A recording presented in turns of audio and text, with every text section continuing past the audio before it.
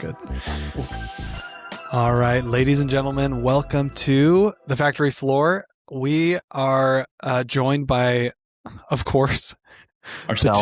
the two tried and true. Well, it's me, and then the listeners, of course. I am the factory floor, and you guys are merely my guests every single We're week. Just recurring guests. Yeah, that's right. Corey Haines and Zach Stevens. How are we doing today? Are we good? Good. Thanks for Good. having us on your podcast. Appreciate it. Yeah, no problem. Thank you so much. Yeah. Pleasure to be here. Yeah, you guys better perform, but because if this doesn't work out, then next week we're getting somebody else. Okay, so this week, what I would like to do is ask Corey some questions, because in case you haven't been on Twitter recently, there's a lot of things happening in the world of AI. Newsflash, and Corey was a little bit of like a key part of it recently. Yeah. Which he released marketing skills for Claude Code. And so what I'd like to do is just ask him about that. Like what did he put out? What is it? Like, what is a skill, if anyone doesn't know, if they're listening? And then what spawned from that? Because you've been on some podcasts, you've gone and spoken at some places. So give us a rundown. Like what happened a few weeks ago that sparked all this happenings? Yeah, I think it was like the last week of January, and I was just starting to play around with some skills in Claude Code for coding and design.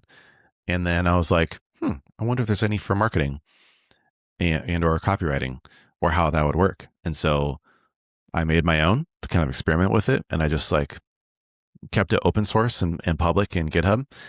And then I was like, oh, this actually seems to be working like really well. It's really good at copywriting. It's good at like a lot of the recurring types of tasks that we do at Conversion Factory. And I was already trying to get my team, the marketing team at Conversion Factory, up to speed on like, here are some workflows, here's some different types of things that we can and should be doing, where we can, connect to the Ahrefs MCP and do keyword research, or we can go look through a bunch of ideas from our 140 SaaS marketing ideas ebook, and then match them against a client and all those types of things. And then I was like, I think that this is probably something that could do well, that other people are going to use if they're already using Claude Code.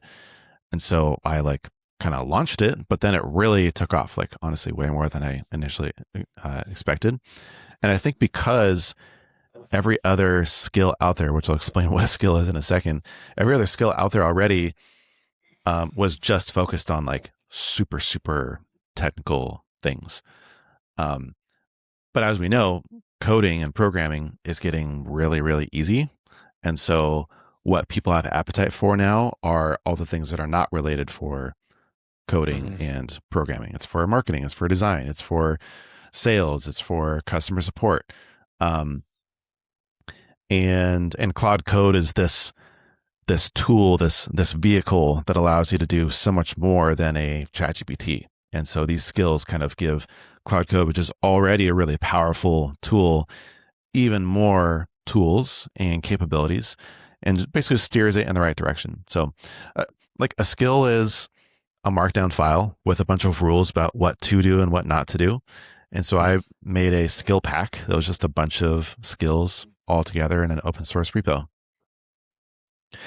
The way that you described skills to me was that they are essentially an SOP, like a standard operating procedure for an AI tool to follow, which is great, because then what you're doing, it's like essentially you're giving the bot a framework for, this is how I think about these scenarios and how I make the decisions. In the context of marketing, it could be something like lots of if this then that scenarios, right? Like, do you have a positioning doc? If no, create one. If you do have one, great. Does your homepage reflect it? Does the copy on the homepage reflect like the CTAs and the value propositions and all those other items? Does it have a glossary for the terms that we need to use for this industry? So it's essentially taking all the things that you do and just putting them into a very codified format for the bot to follow. Yeah. And then giving the bot instructions about how to do it too. That's one of the biggest differences, is how most people are used to using AI is you talk with ChatGPT, hey, I need to do this thing. It tells you, cool, here's step 1, step 2, step 3, and here's the thing that you paste into your email marketing tool. And then you have to go and do that and follow the directions that the AI gives you. Now with Claude Code, it just does it for you. And skills make that SOP and that process, that workflow much clearer. And so now you're not like the middleman anymore of, being in between AI and your tool where the work is actually happening. Claude Code now is the thing bouncing between you and the tool and just doing it on your behalf.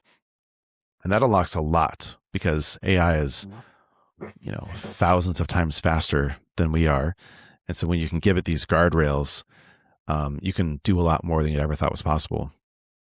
Yeah, it seems like there's based on what we've seen over the last few weeks with your marketing skills thing, like there's probably a big market for these like adjacent hard skills that aren't like directly related to coding that AI can use to make products and make services a lot better. So I'm really curious to see how that develops.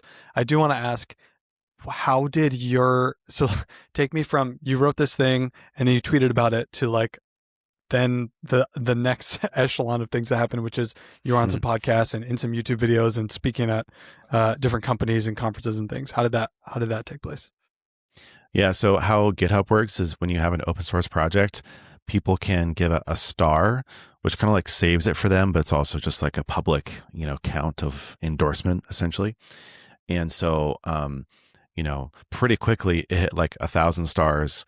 And then it started trending on the front page of GitHub. And then it started circulating around Twitter because it got all these likes. And I think the original tweet got close to like 1 million impressions. And so just a lot of people saw it. And Claude Code and skills had already just started to take off. And so it was kind of already in the zeitgeist of like what tech Twitter was talking about at the moment. And then my repo popped up and just started circulating everywhere. The other factor was that there's this company Vercel, which one of their guys, Andrew Wu, he created a skills directory called skills.sh. And by the way, I just learned SH stands for shell, and shell is like a command language more or less within your terminal. So it's called skills.sh, and it's a directory, a marketplace, a big listing of all the skills out there. And then they kind of wrapped it around some like a package manager in NPX. And so then my skills all started trending on the skills directory. And then they had done a lot of marketing around it and it blew up on their end, which just kind of helped perpetuate the momentum that was gaining with the marketing skills repo. And that was crazy because then, there's all these companies publishing skills for the first time. Vercel is publishing skills, Anthropic, Microsoft, and then it was like Corey Haines 31. And so I think for a lot of people, that was the first time that they're like, who is this guy? And like, what is this? What are the marketing skills? And there were so many. I think I published 22 initially. Like Vercel published 1. They published Vercel React Best Practices, I think it's called. I published 22. So it just kind of dominated the front page of the directory. And everybody started seeing it. It's only 1 command away from installing, and and got a lot of hype that way. So then Vercel decided that they wanted to launch a couple of parties around the U.S. So San Francisco, New York, and London, and they offered to fly me to attend SF and then to speak in New York, which I just did last week, to talk about how I made the skills, what they do. It was like a 6-minute lightning demo. But, and then people have been asking me to go on podcasts. Oh, show me this, show me how this works. I've been getting comments even on Twitter. Like people are like, isn't this just like another way to make a bunch of slop? Well, yeah, that's fair. That's what like most people think about AI still. But I think that then they see, oh, here's how you vibe code, but vibe market. And they're like, oh, that's actually very interesting. So yeah, it's just captured people's attention. It sounds like it'd be the equivalent of, putting a like a synth in the hands of a really capable musician, it's like, sure, Right. it could very much make slop, but in the hands of somebody that knows what they're doing and is very creative, it's actually just going to make your life a lot easier. Yeah. Yeah. 100%. And that's my suspicion is I think that, it's got over 10,000 stars now on GitHub. I think like something, maybe like 3,000 forks or something, which are like people directly copying it into their own GitHub. I think maybe a couple of hundred have like used it end to end with like one skill. Probably only a handful have really used all the skills, their full capabilities. So it's still like you've got this powerful tool, but no one's really fully utilizing it yet. We'll see if that changes. Yeah. But yeah, it can be a slot machine if you have sloppy taste. But if you're an expert, then it's a really powerful tool. Yeah, it was funny when we were all together because, in case anyone doesn't know, obviously we run an agency, and so we're like adopting and learning all these AI tools and like adding to. So we were all together, like setting up Claude and doing some things for just the three of us. And Corey was like, "Okay, go to skills.sh," and I was reading through the list, and it was like Anthropic, Vercel, Corey Haines 31. Anthropic, and I was like, this is like a comical. This is so funny and random. When does Marketing Skills 2.0 come out, or is it like, are you going to add to it as it goes, or how does this work in terms of like the evolution of these skills? Like, is this something that you want to add to? Is it like there's new ones that will come out that you're like, well, this is a better version, or how will that look as it evolves? Yeah, we're already on version 1.3. So we've had 3 updates, 1.1, 1.2, 1.3. I've been doing it like every week or two-ish and just trying to listen to feedback. There's people that have, because it's open source, you can either add an issue, which is like, hey, this thing is missing or broken, or you can add a pull request, which is, I built this, now I want to merge it into the repo. So there's been quite a few people who are like, I need this, or it'd be cool if it worked this way and did that thing. So it's already evolved like a lot since the beginning, where from the beginning there was just the 22 skills. Now I think there's 32. I also added a bunch of tools and integrations where basically Claude would have to write a lot of manual integrations with some of these tools, like let's just say Webflow, for example, where it would have to figure out, okay, let's go find Webflow's API. Let's see how it works. Let's write the scripts to be able to like interact with Webflow and do the things that we want it to. Maybe we want to like, send a blog post into the CMS. Well, now I just built all the integrations and CLIs into the repo so that it didn't have to build it from scratch. It just says, oh, okay, let's use this script for Webflow. And that's how we know to, get the blog posts in the right way. So there's like 52, I think, tools and integrations. And those can either be MCPs, CLIs, command line interface, which is basically a little wrapper in your terminal to be able to more easily do things. And it just tells Claude how to interact with outside services. And yeah, I'm going to be adding some more soon. Probably the next stage, what I'm going to be doing is just like short commands. So how the skills get triggered is you have to kind of trigger them via a keyword. It'd be like, Claude, I'm working on SEO. What should I do to improve? And then it's like, SEO, do we have a skill for that? Oh, we do. Let's use the SEO audit. But now you can maybe just type /SEO and then it'll initialize directly calling that skill and then be like, oh, let me start an audit for you. Let me suggest some improvements. Let me da-da-da-da-da.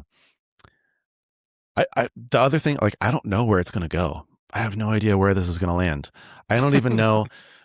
It was funny because a week after publishing the repo, Vercel came out with a study in a blog post that I think flew under the radar a little bit, which was that skills in their current form of being individual markdown files, all separate, AI had like a 60% hit rate of correctly calling and invoking the skills at the right time.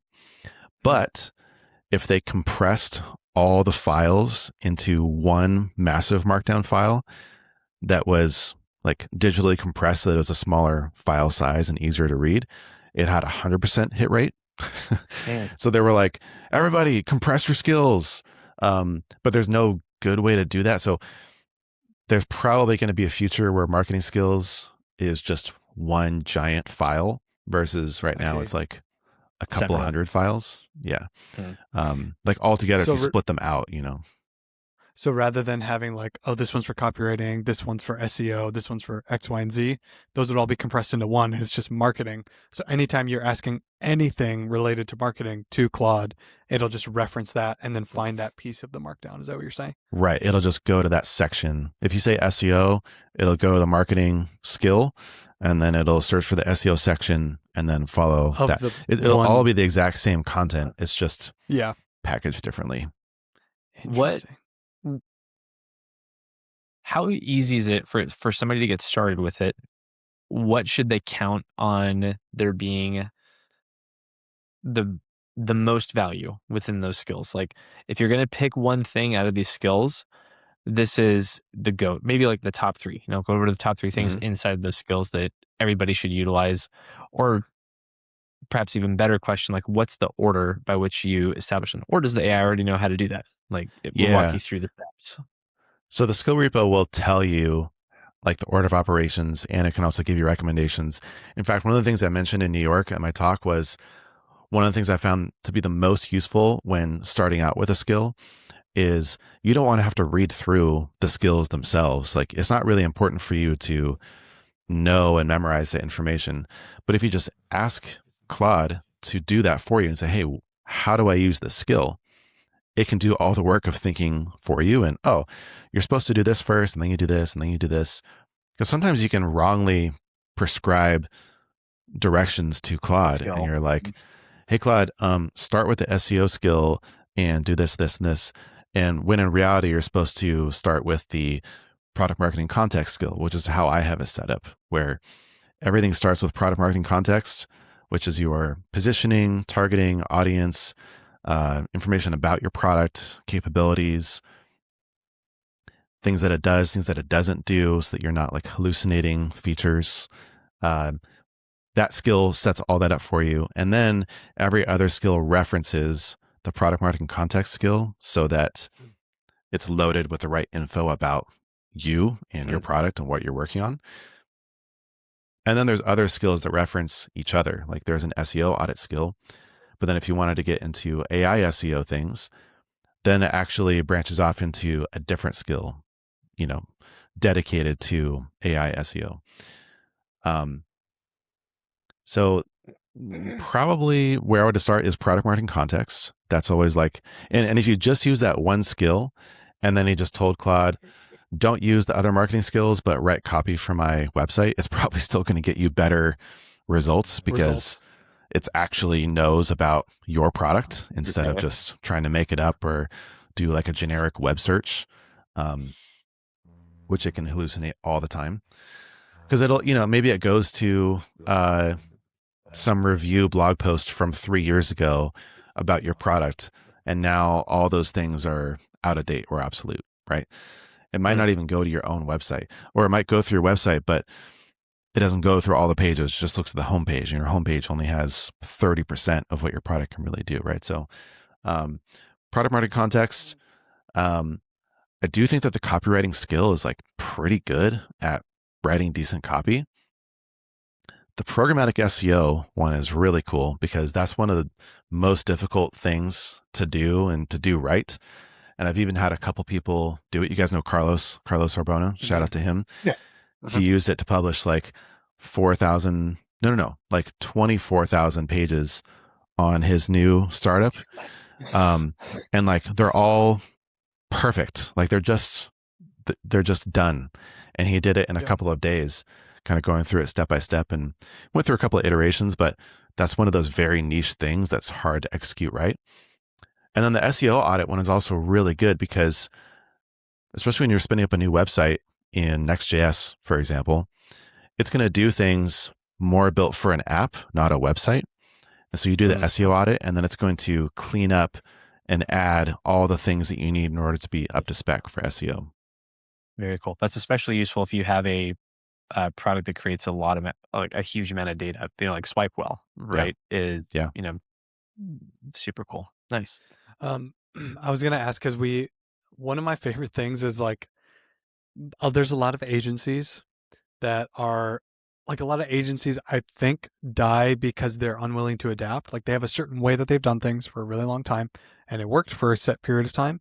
And then as industries shift and as tools shift, they kind of refuse to adapt and die out. That's one of the things I really like about working with you two specifically is because both of you are like the new thing and want to see if we can get the new thing to work with our business. And so that's kind of the context for my question, which is it seems like there's a bunch of marketers out there who are like just scraping the surface of AI and being like, look how awesome this is. Look at this snow I just like scraped off the top. It's all powdered and it's beautiful. Like they're like, oh, I can feed this into ChatGPT and it will tell me if the headings are messed up, or I can write a blog with ChatGPT. Like that is the surface that they're scraping, and they have no idea that there's like all this valuable ore and stuff just under if they just digged a little bit deeper. And this to me seems like kind of the start of that. Like we're digging in and we're being like, okay, this is a way to implement a very serious and deep workflow using AI to do a ton of things. And it has the brain sitting right here.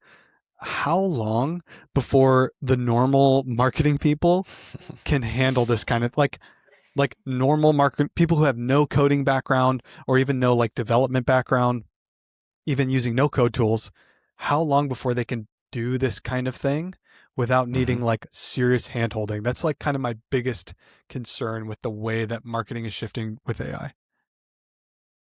I think until it feels normal for everyday marketers is like, this is your standard tool set, it's going to be like a few years probably.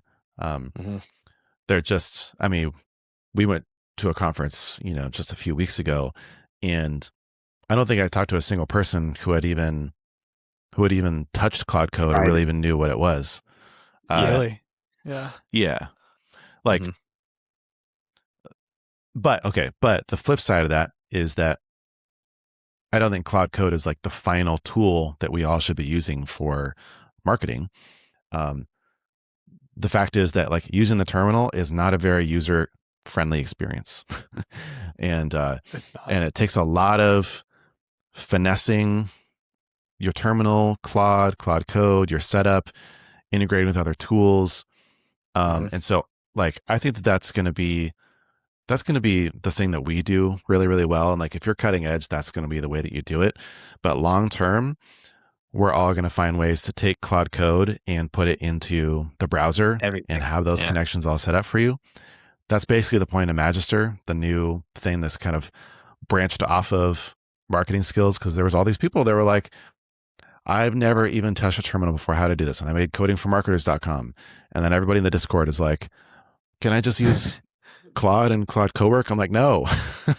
the point is to use something that has all the tools outside of what you can do in the browser. So now we're setting up a way to take all the power of the terminal, but put it in the browser.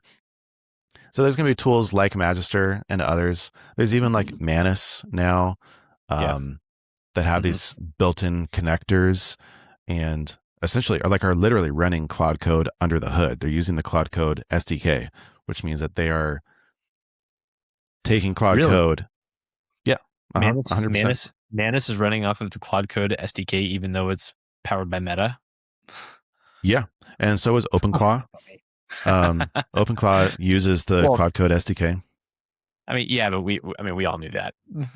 Yeah. No, but that's what Manus did, was they basically forked OpenClaw, and then they it's like, okay, did they do it? Did they really not? It's kind of a bunch of same difference, right? It doesn't really matter.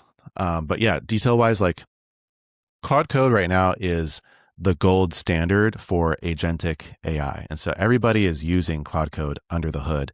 It's just a matter of the interface and the connectors and how they're harnessing Claude Code under the hood. Yeah, we I know you showed us, you were like, hey, we should use this, the blueberry. And I was like, this is a new thing. There's other versions of this, right? There's, like what is I was and basically Cursor. like researching, Cursor and all the other ones. I was like, okay, what are the other options? And basically, AI was like, they're all good, and this is brand new, so just pick one because they all are trying to learn and do new things. So like, Claude is the only thing that's kind of like right now, it's kind of settled that this is what you should use for this specific purpose. But like, even where you use it is not set in stone. Like there's not a standard toolkit Mm-hmm. that makes the most sense for all the use cases, which is like, dude, I cannot wait to figure like there's going to be in 3 months, there's going to be a new tool that's like, oh, Claude inside this is the greatest thing since sliced bread. It's like going to be so awesome. So I'm just waiting to see what that'll be. Yeah. Yeah. That's the difference right now too, I think, is the user experience. So Claude Code in the terminal is not a great user experience, but that will not be true probably in 3 to 6 months, like you said. We're already seeing that, like with Magister. Just a little sneak peek really quick is that we've gotten like our MVP up and it's basically Claude Code in the browser. Now, you still have to know how to prompt it, what to do. You have to do some work to grab API keys, things like that, right? But now that we've solved the Claude Code thing of like agentic AI workflows, now we're going back to the interface, the UX, the user experience, and making that a friendlier, easier to use. Yeah, so we had another topic that we were going to talk about. I'm wondering if we save it for another day because we've already been talking, I think, for about 30 minutes on this. Yeah. Unless you guys want to hit that. Save it. Okay, cool. Any other final thoughts on the Claude marketing skills adventure that you went on over the last 3 weeks? What was the best food you had in New York? How about that? I had some really killer pizza and pasta, of course. That's my go-tos. Sweet. No, I think the maybe the only other part about this that I think I would love to hear from you guys on is, building is no longer reserved for programmers and developers, which has been a theme and feels even a little bit cliche to say because over the last year, especially, the agentic AI has come a long way, and there's things like Claude Code that make that very easy. But now you guys are seeing we're not just even for building apps, but using Claude Code for marketing, for design, for other things. Like now anybody and everybody can build. And especially like if what you were good at was writing code and now you don't need to write code, well, what else were you good at? Now you kind of have to reinvent yourself a little bit, to be honest. But if you were really good at design and now you don't need to code, well, you're still really, really good at design. In fact, now you're better at design because you can build more faster. This is where Zach owns us. Zach runs the whole world because he's the only one who has like the true eye for what looks good. And he's now wielding a new like weapon that is more powerful than anything he's wielded. Wow. And his artistry can like go straight through it and work really, really fast. So I think the world is changing and Zach is gonna poop on all of us, honestly. You guys can hear me okay? I know my mic was acting kind of weird. Just pull it up a little bit closer, switched, maybe. But it did switch to my MacBook, but I think we're okay. We can still hear you. It's all good. It sounds fine. Not coming through a tin can or anything? Okay. No. No, I think the paradigm shifted really, really fast. It was like within a week, there were things that I've been saying for years, like the AI is good, but I don't have the kind of control that I need to get designs where I want them. And that's always been the curse. It's like, I don't want to play with it until it is going to give me the results that I'm looking for because it's just wasting my time. It became a net loss for me to take what it could do in Figma and Webflow and then try and tell Claude to do it for me. Because we tried, like we gave this shots and like a year ago, and the answer was no. Like, this is not something we can pass up to clients. This is not something that we can ship internally. And all of a sudden, it was like out of the blue, Claude Code was good enough to be the hands and feet behind the design ideas that we have. And we're seeing this right now. Like with the I'm able to do things like WebGL and create 3D rotating icons from SVGs that I had made in Figma. And I can, because I have Webflow experience and I know how to somewhat talk like developer speak, and I can give it the proper frameworks that I'm asked for, like even just knowing what WebGL is, it's a good command for me to say like, no, I want you to make it like this. Or I need you to adjust these elements within something on a web page. Or understanding things like the proper structure and putting our workflows to AI, things like this is how we experiment. Like, we do a series of 3 versions, then we refine that one version we like, and then we jump into a style guide and build off of that. It's like there is no design or develop process anymore. It's just making all the things. So, and then I can literally communicate at the speed of thought. Like, I'm talking to the machine and saying, I need you to fix this. It's like me directing an army of very technically skilled designers and developers at the same time to build stuff. And it's amazing. Zach, on several occasions, has said, I'm having the most fun with work that I've ever had, or I've had in several years at least, which is which is fun. Well, and the cool thing is that the design stuff doesn't go away, right? Like, especially a lot of people hated on the Claude Code to Figma thing, and I thought it was genius. Like, this is amazing. I can have it one shot something, and then I can take it in for granular refinement if I'm not able to get the point across the same way. Or there's just some things that are harder to talk about and describe than it would be for me to jump into Figma and adjust it more specifically. So it's amazing. I feel like design now, and design has always been the idea of crafting with intention. It's the pinnacle because all of it comes down to design. It's not like the technical limitation isn't there really anymore. It's the experience of delight. I was listening to a podcast. I listened to the full 3 hours of Peter Steinberger talking to Lex Friedman about OpenClaw. The thing that came up over and over and over again was, well, yeah, you just get to focus more now on the delight of the product. And like Peter talking with his German accent. And that word, delight, it came up over and over and over again. And now I feel like we get to do those things that would have been like, that would be really, really cool. But man, that is going to take like a day just to get that really bespoke interaction that you're looking for. And now it's done in 15 minutes, even less. Yeah, it's nuts. I think you kind of hit the nail on the head with the like the lines are blurring so much harder between developers and designers, and it's going to turn into like you have builders and maybe like strategists, but even strategists I feel like is going to end up being in the same builders category. Like, I don't see a world too far away. Like, if developers can adopt some of the same design visuals and use Claude to build beautiful websites and beautiful products, it doesn't seem that crazy that copywriters and marketers could do the same thing. Like, it's not that far away. It's just kind of picking up some of the lingo like you were mentioning, but it's pretty nuts. Yeah. The big thing I've been noticing for myself, right, is like I took Zach's design in Figma for my personal website, and then I started building it in Next.js with Claude Code.